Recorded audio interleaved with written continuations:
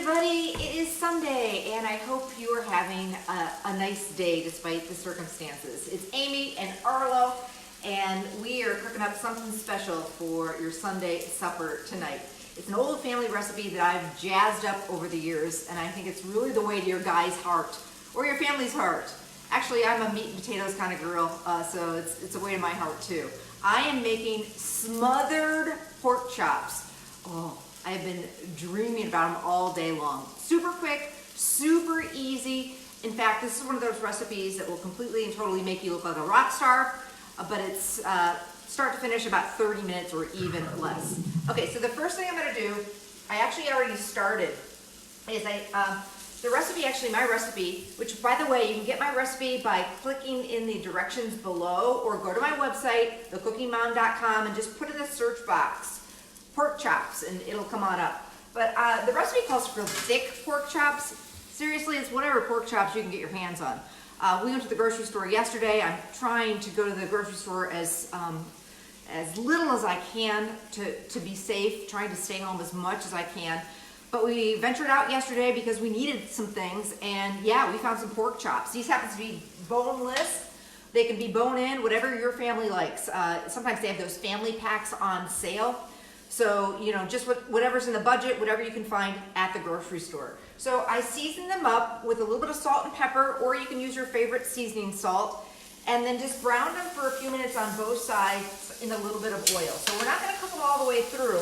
I've got a big old skillet here, and I just wanna get them so they've got some nice color. And now I'm gonna get them out of the pan. And don't worry, we're gonna chat about our highs and lows, and I want to hear what you've been up to too, but first I want to get on with the recipe. We'll be able to talk while the sauce is doing its thing. And the sauce, it's not only the pork chops, it's this smothered sauce that really makes this recipe extra special. Okay, so you see all the drippings in the pan there, all that brown stuff? That is goodness, my friends. A lot of us will at this point just go wash the pan. Don't be doing that. That is all these great brown bits that are gonna get into the sauce and make it super yummy. So I'm gonna take some butter. I'm using butter. If you wanted to lighten it up, you could certainly use a little bit more olive oil instead of the butter. Just a couple tablespoons of butter, and again, you could even use less than that. And then I've got some mushrooms. I am a mushroom lover. If you absolutely don't like mushrooms, you could leave them out. But I'm gonna throw some sliced mushrooms in here. And then a little bit of onion. So again, if you don't like the mushrooms, you can leave them out. If you like green pepper or red pepper, you could throw that in here at this time too. But I really like the combination of the mushrooms and the onions. And we're just gonna get those going a little bit. Get them a little bit softened, season them with a little bit of salt and pepper. And I happen to have a little garlic, so I thought, hey, what the heck? I'll throw some garlic in here too. Again, a recipe is not a rule, especially with times like this. In fact, when I posted earlier today that I was gonna be making smothered pork chops, a couple of you said, hey, can I use chicken breast? This recipe would be absolutely fantastic. Same idea with boneless, skinless chicken breast or even bone-in chicken of any kind. So yeah, it worked great. Good idea, guys. So I'm gonna add a little garlic, but again, that's not in the recipe and that's optional, but I love mushrooms and garlic together, but that's up to you. So the mushrooms are starting to get a little color. And all these yummy bits on the bottom from the pork chops are now getting in to the mushrooms and the onions. Oh my gosh, if you could smell my house right now, it smells so good. Okay, now we're gonna hit the pan with some chicken stock. And that is the big fancy word that my chef friends use. It's called deglaze the pan. And I don't know if you can see in there, but when you hit the pan with some chicken stock, it really picks up all those brown bits once it starts to boil. I actually happen to have a little bit of dry white wine, kind of the very bottom of the bottle that we didn't finish. So I thought, oh, that'd be good to add in here. I love cooking with wine, putting it in sauces. The alcohol cooks out, but it leaves some really nice flavor. But if you don't have the wine, I mean, it's not technically in the recipe. No big deal. You don't have to add it at all. And then, again, I mentioned that this is a family recipe. My grandmother, when she made this, it was a little more simple back in the day, but she loved pork chops with cream of mushroom soup. We went to the grocery store, there's a run on cream of mushroom soup, but we found something else. We found cream of mushroom with roasted garlic soup. Never tried that before. Have you guys tried that? I'm kind of excited about giving it a try. So we're gonna use 1 can of that. Oh, there's Arlo. There he is. Now what's your problem over there, Arlo? And then I also hit it with a little bit of soy sauce. You notice I didn't put a ton of salt in here, and that's just gonna give this dish some really nice flavor. So I'm gonna whisk this all together.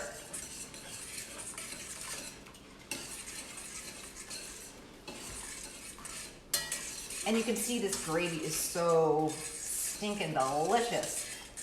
And if it's getting a little thick on you, just add a little more stock. And the last thing I'm gonna do, and this sauce is really good as it is, like right now, but I love a little sour cream. I don't think I ever met a baked potato or Mexican food that didn't like sour cream, and it really is nice in here.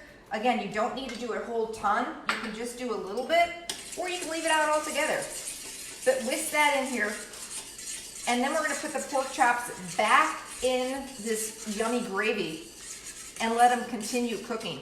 Any juices on the plate, yeah, put those juices in there too. So just get that all in there. And I'm just gonna kind of get them around. The recipe calls for 4 pork chops. You could actually do, I've got 3 here, 1 for each of us and 1 we're gonna split. But you could do up to 6 pork chops depending on the size too. And again, if the gravy starts to get a little thick, add a little more stock.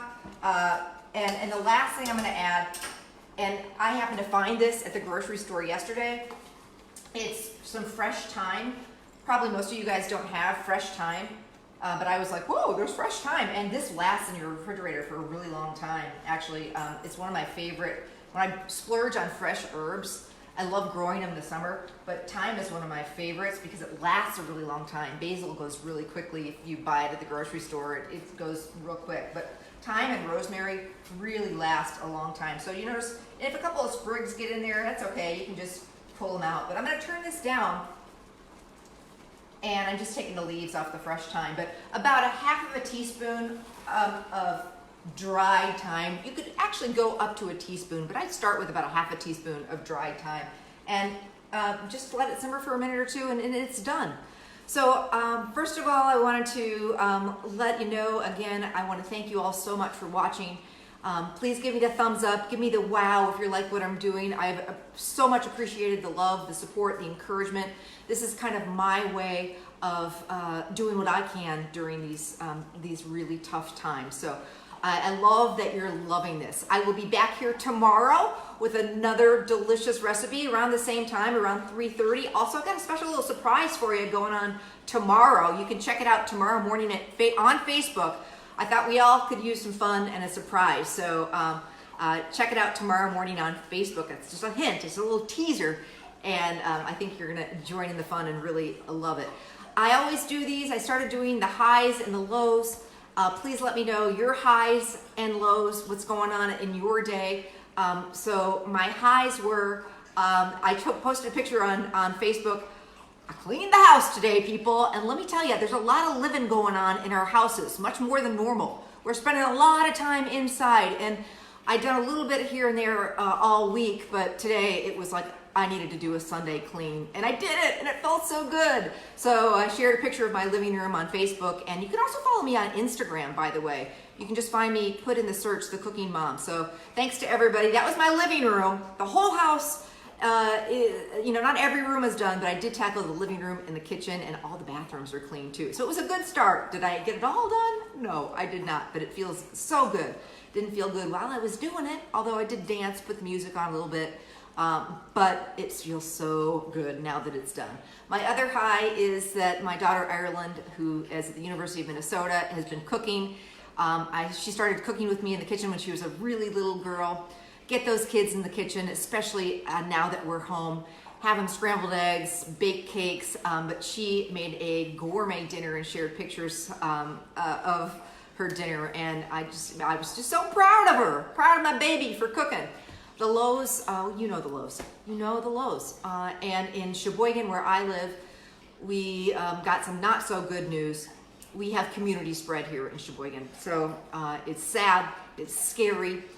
It really is important, folks, when you're going out to the grocery store to keep that social distancing. And really, it's time to take this seriously. If you know what community spread means, it means at first we had 3 cases in Sheboygan of the coronavirus. The people were traveling together overseas. They came back, or they were traveling overseas.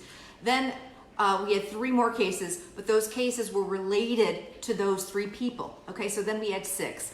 Now, reading the news, we have 8, at least 8, and the last 2, those 2, we don't know who they were in contact with. So that's community spread, and it's scary stuff. So everybody needs to take this super seriously. You know that. Anyway, okay, I hope, our pork chops are ready. I love to serve this over my Nana growing up, who lived to 104, by the way. Nana, I miss you so much. We just serve this over hot, buttered white rice. I happen to love, love, love wild rice. So just box wild rice. It's great over mashed potatoes too. And for the low carb people, you don't even have to serve it over anything, or it'd be really delicious over spaghetti squash. So here we are, our pork chops are done. Make sure and get all that yummy gravy and those mushrooms all over the top of it. Oh yeah, ooh. Don't be afraid if you get a little drippy going on. All of my chef friends, come in here with a clean towel and just wipe it. They do that in the kitchen before they send you out a dish, so you're all good. So that is what we are having for dinner tonight, maybe a salad to go along with it. I'm hoping you were able to carve out a little bit of time today to relax, come down a little bit, do something that you enjoy. Let me know what you're watching. We are deep into Ozark on Netflix, loving it. What are you watching on Netflix or Hulu? I'm looking for that next show to watch. I'm looking for a good book to read. What are you making? Are you making any of my recipes? What are you cooking? Let me know. And if you make any of my recipes, I'd love if you hashtagged on Instagram, The Cooking Mom, or share your recipes on Facebook. That just makes me feel so good. Somebody made my sausage and cheese chowder the other day, and I love it when I hear that you're making my recipes and that you dig them.